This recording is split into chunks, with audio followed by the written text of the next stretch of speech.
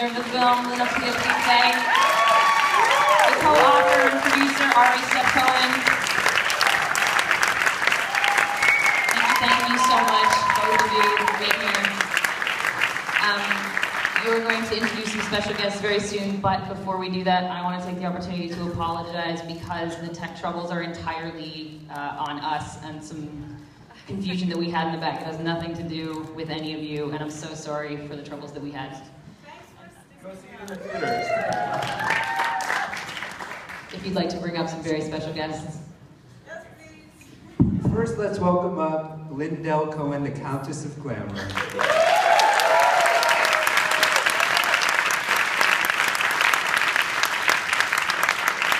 Joyce Hart.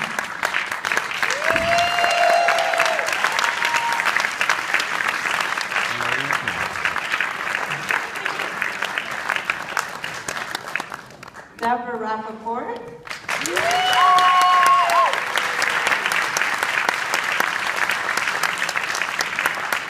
And last but not least, Sephora Sam.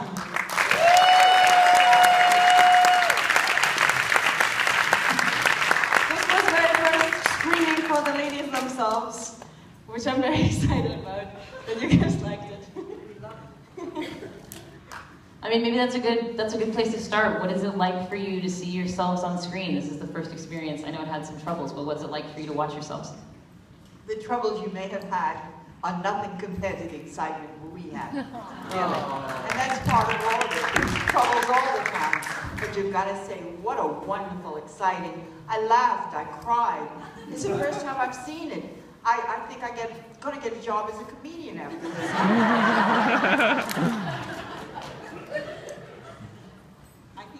Much of the same sentiment. I didn't know what to expect about myself, and I think that they did a wonderful job with it. And it was great to see my granddaughter, and feelings that I had for my husband that I feel came through. It's been a fabulous experience for me, and at this time of my life, I'm very grateful and very happy to be here.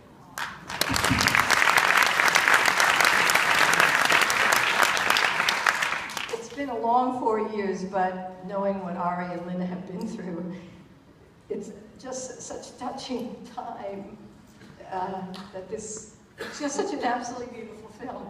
I just think it has to be seen everywhere. It's entertaining. It's just so up close and personal that I just think it's fantastic. Just the landscape is everywhere.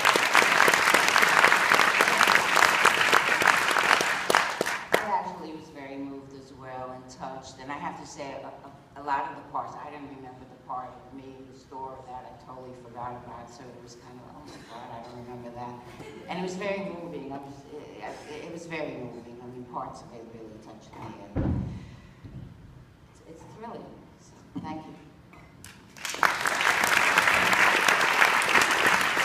I know there's questions in the audience, right in the back there.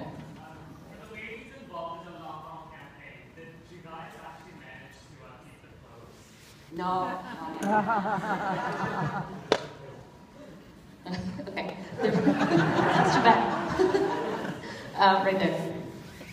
Are there any absolute fashion rules that must not be broken? So, just so everybody heard it, are there any absolute fashion rules that must not be broken? Yes, to try everything. Try everything and anything. Everything is okay if it's done properly. Everything is okay. There are no rules. And how do you define properly? If it's done, you said if it's done properly, how do you define properly? I would say whatever works for you is proper for you. That's right. On that particular day. I would say the most important thing is know your body and know what's good on you.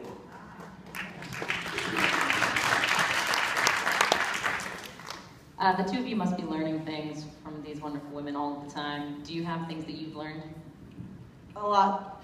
I think I improved my outfits by 150%. And I started this film when I was 25 and I'm 30 now, and I'm less worried about getting older now than I was 5 years ago, which is 100% your fault, guys.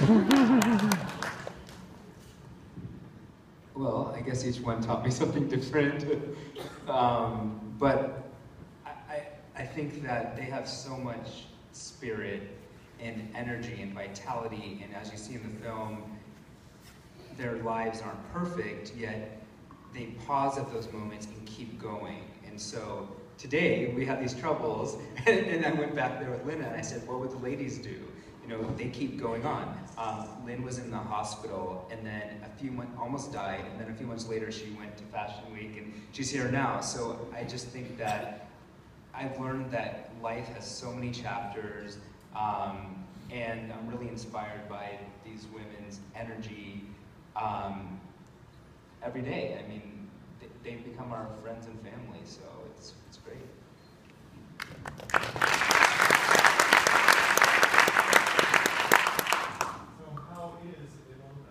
How is Ilona? Ilona's very well. Unfortunately, Karen, her best friend, passed away this summer. So she had a rough winter dealing with it, even though Karen slowly faded away. So she had time to adjust to the loss, but it was hard to help Ilona. A few weeks ago, Ilona and I were invited to a fashion party. She stayed out till midnight, was drinking champagne, and we had a great time. And she just celebrated her 94th birthday. We had a little party, and she's great. She's gonna go to other screenings in New York, and she's super excited about the film, and she's amazing. She has 3 flights of stairs in the West Village in her apartment that she climbs every day, does her stretches every day, goes out every day. I mean, She's faster than me or Ari. Yeah. She's incredible. Any more questions in the back? I'm wondering how many women you started with filming, and whether there were any men. So how many women did you start filming with, and were there ever any men? We started, Deborah was very, very first video subject, followed I think by Tzipora, and then Lynn. We had a few more, but we probably had 12 or 15 women total, but we had to narrow down and see which stories turn more intimate and which ladies allow us more into their homes, you know, where the stories start to be deeper. Those are the ones that we chosen to be our stars of the film. And men, interestingly, play sportive roles in the film, which I don't mind, besides the narrative.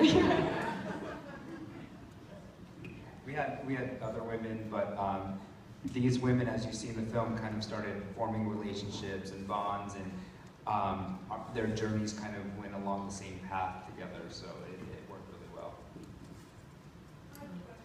Okay, right here. I'm just curious. Oh no, let's go with this person by hand right here. And then we'll come to you.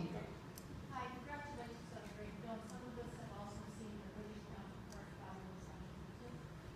And in that film, there was a lot of emphasis, and this is really for the ladies, about how you maintain your lifestyle from a nutritional and exercise point of view, being in the same age range. Some of them, I know I spent a lot of time on that, and I was curious, do you feel as well that exercise, nutrition, what kind of role does that play? Deborah should start with that one. And the question was, what kind of role does diet, nutrition, exercise play in your life? I think it's very important. I grew up with a mother who was totally into holistic healing, and we were vegetarians back in the 40s. And I still follow a very healthy regime, and I teach as a community chef, and I try to inspire people about health and happiness altogether. So we mostly cook at home just because it's by choice, and belong to a CSA so that we can get organic produce even in New York. And I do yoga as often as possible, and as we said, living in New York keeps us healthy because we walk a great deal. And, you know, it's mind, body, and spirit. So I think it's very important. And the clothes are just the embellishment on top of that.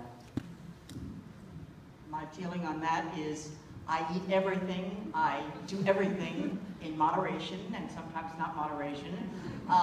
The biggest argument we have with Ari and Lina is that they are vegan, and We went to lunch today, what is a wonderful restaurant. Fresh, we went to Fresh, and that's great once in a while. It's a good thing to have a steak once in a while. I want it all. I want it all. I don't want to be a vegan, but I want to be healthy. A little bit, you know, a little fun. I had a wonderful bowl of oatmeal today, and Lynn said to me, "You have that every day?" Yes, I do. And,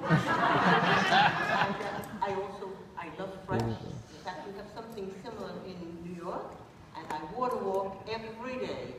And that's a regime I will not give up. And you know what? I feel great. I'm a vegetarian. I have been really all my life. I never liked meat, so it was easy. I mean, once I learned that it wasn't good for you, it was like, oh, thank God, now it's okay. And I bike everywhere. So. Okay, right here in the front. I just wanted to know from each of the ladies, what were your dreams when you were very small and girls? What did you want to do? So what were your dreams when you were little girls? What did you want to be when you grew up? I wanted to be a teacher from the first day of school. I came home and I announced to my mother that I was going to be a teacher. And what's interesting, I am a teacher, but basically I teach style. You know, I hold classes now and seminars on how to dress.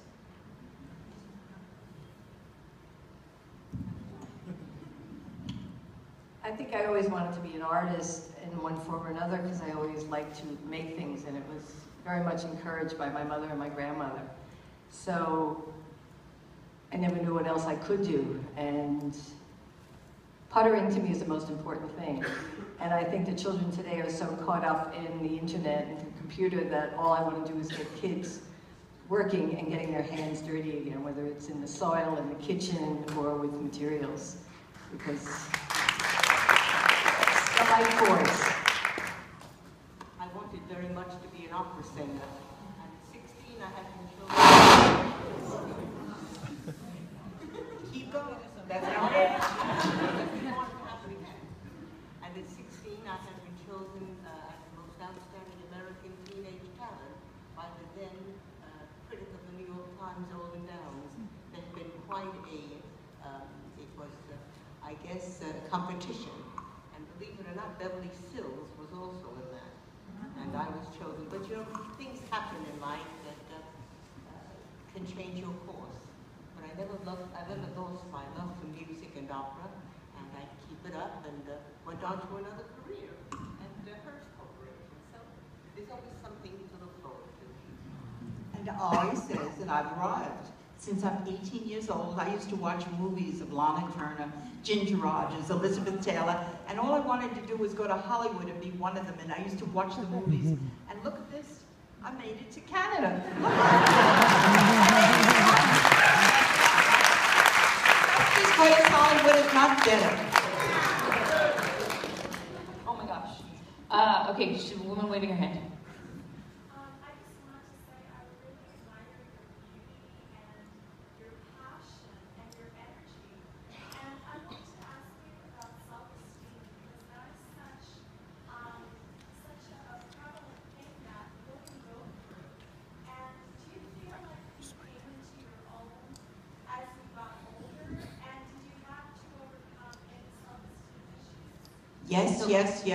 Yes.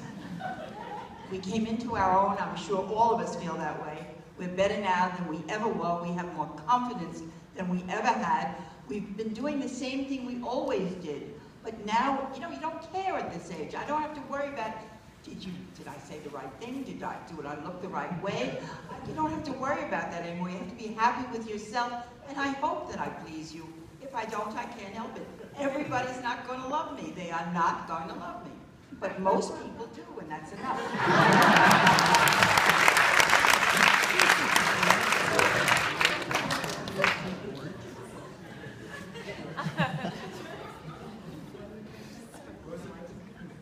So the question was about self-esteem. If anybody, yeah, did you come into your own? Yes, I did, but I think I always came up into my own. I was always myself. I think people liked it, some people didn't like it, but I always did what I felt I wanted to. I dared at every time in my life, and I never regretted it. Also, I never look back. You know, that's not healthy. I just go forward, and that's it. I was extremely shy as a young girl, and my parents gave my sister and I dancing, acting, and singing lessons, and we ran out of the class the first time we had to do a solo. I never showed up again.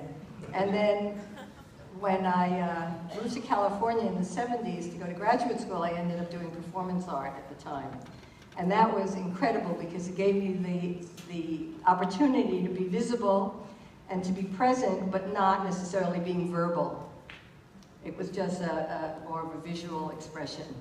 And that built a lot of confidence. Plus, teaching at a university, but teaching what I love to do, gave me a lot of confidence because I was really comfortable teaching costume and costume design and textile design. So, but it just keeps getting better. I think for me, I was always really comfortable in clothes, and I always loved to play with clothes because my parents both sewed for me from day one. So I always would gather the family around and give them a fashion show. So my self-expression always came out with clothes, and I was always confident about that from day one. And as I grew older, it became even stronger, but that was really a given for me, and I think it really gave me an identity and a sense of self that I wouldn't have had if I didn't have that strong sense of style that I got from my parents.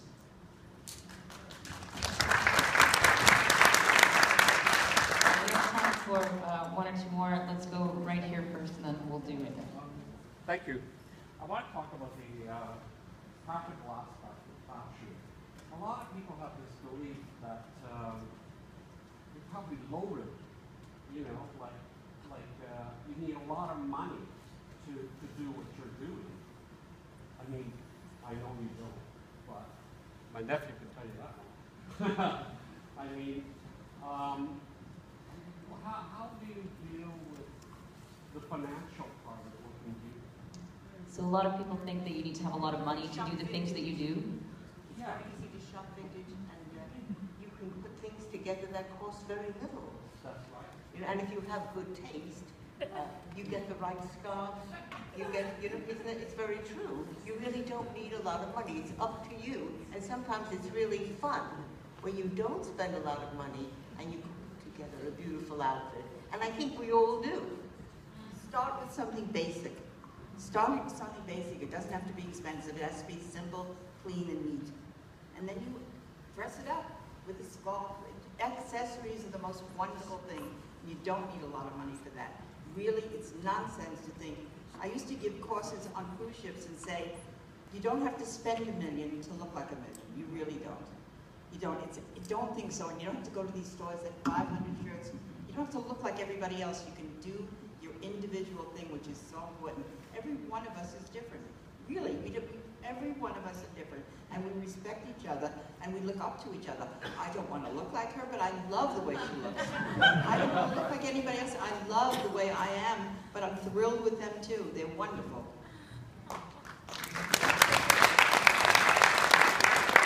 Deborah, will you share your journey? The motto of frugality is fun, and I find it a challenge. And I only shop in, not even in vintage, because vintage, I have vintage up and down my block, but everything starts at $100. So I like thrift shops because there's really nothing I need. And Stan, my partner, and I love it, as we said in the film, and we keep the budget to $5. And we only go in a thrift shop when they have a sale, because there's nothing we need. And so every Saturday we do 2 or 3 in the neighborhood, and it really is the joy of trying to find something that we really don't need. I made Deborah, we were giving a talk, and Deborah, Joyce, and I stumbled upon this great vintage store, and she found these incredible dresses from the 40s and 50s, and they looked amazing on her. And I made her spend $50 on a dress, and she was very upset with me. More than that. You bought me one. I bought you one, yeah. This is really, there's nothing I need. And besides, people give me stuff. Ari labeled me gifted and thrifted. And people just send me stuff from all over the place. So I really don't have to shop. And I don't like to shop. And I make a lot of my accessories, so hats and bracelets and embellishments. So, And I basically wear vintage, and I have things made. Like the pants I have made 1800s, so it's 1920s. So I basically wear vintage, which is much cheaper, much better made, and one of a kind. Okay, so we sit right there. I just wanted to know the ladies' first favorite fashion finds or purchases, their first, like, you know, I gotta have that. Okay, so I just want to hear about your favorite fashion finds. Your first favorite fashion finds. I can't answer that. I really do. I can't answer that. I have nothing to say.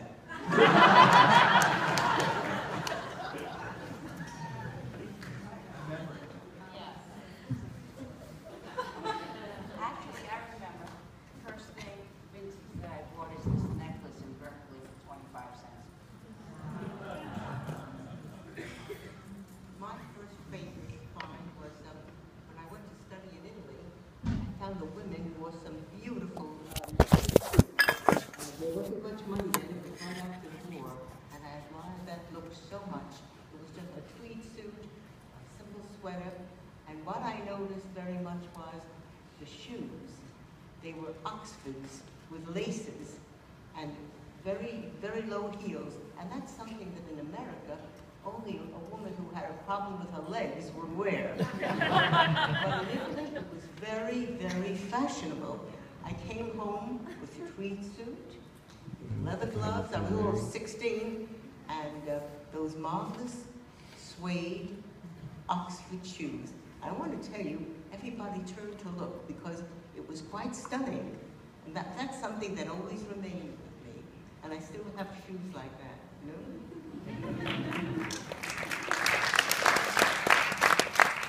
now that I'm sitting here, I remember in the early 60s, my first trip to Europe, and I found a bag by a company called Whip, and I'd seen it at the original Henri Bendel's in New York, and I couldn't afford it, and then I found it in Rome, and I bought it, and I loved it, and I still have it.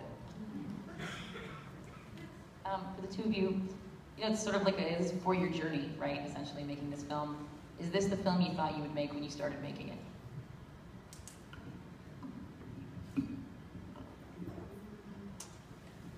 Probably no. We didn't know where we're going at first. It started as small video pieces, and it's a documentary. You don't know if somebody's going to die, you know. But I knew there was a message that these women had, and I saw the message in it, and I knew how much it inspired me. My struggle was, how do I make something that everyone who watches it gets the same feeling I do? And I'm a little bit afraid of flying, and every time I would fly, I would be like, well, I can't die. This is not finished yet. You know, the message is not out in the world yet, so I'm finally happy with this. It took a long time. But I think it's there. I do. So, Lina and I met in a coffee shop, and I asked her to be my friend because I liked the way she was dressed, and then I started my project, and then she started making videos, asked me if she could make videos, and we just started making these videos really organically, and then realized we had to do something more with it. So we had 200 hours, I mean, many, many hundreds of hours of footage, and I think we always knew that we wanted to tell a story that was fun, that showed a different perspective of aging than what is usually conveyed in media, and we wanted to keep it pretty contemporary because Lina worked with a great music supervisor, and we wanted everything to be fresh. These women are cool. We wanted the film to portray them as, you know, as what they are, and I think it succeeds. I'm very happy with the film, if I can say that. Okay, we have time for one more question. And it's going to go right there in the person. We saw you all socializing. Did you were friends before? Did you meet from a blog? Is it great to have a network of other women that are fashion oriented? And It's very interesting. I have a shop, and many of the women in the book are in my shop, the ones that are dressed well. And these ladies I met just recently. I know Sephora because she lives down the block from where I live and where my shop is. So she would ride on a bicycle, and I'd say, God, she's stunning. She'd look at me and say, she's stunning. And one day we stopped each other and said, you look great. She said, you look great. We became friends, and she did her show in my shop. Then Deborah is the camp counselor here. We are rooming together, and she has been the counselor. She's wonderful. She's giving. She's caring. She's great. And of course, Joyce is Miss Elegance, and lovely and wonderful. And we've just become friends recently. None of us really long-time friends, but it's been a lovely relationship. And even being here just for this film has really brought us even closer. And with Lina and Ari, I mean, they are like family. They really are. I mean, Lina's stayed with me. I've gone to theater with Ari. He's my date, and he gets angry when I call him Ari instead of Ari. And, it's just been a great relationship. Better and better all the time. It's growing all the time. Okay, then ladies and gentlemen, please, one more time, the best applause you can give in the world.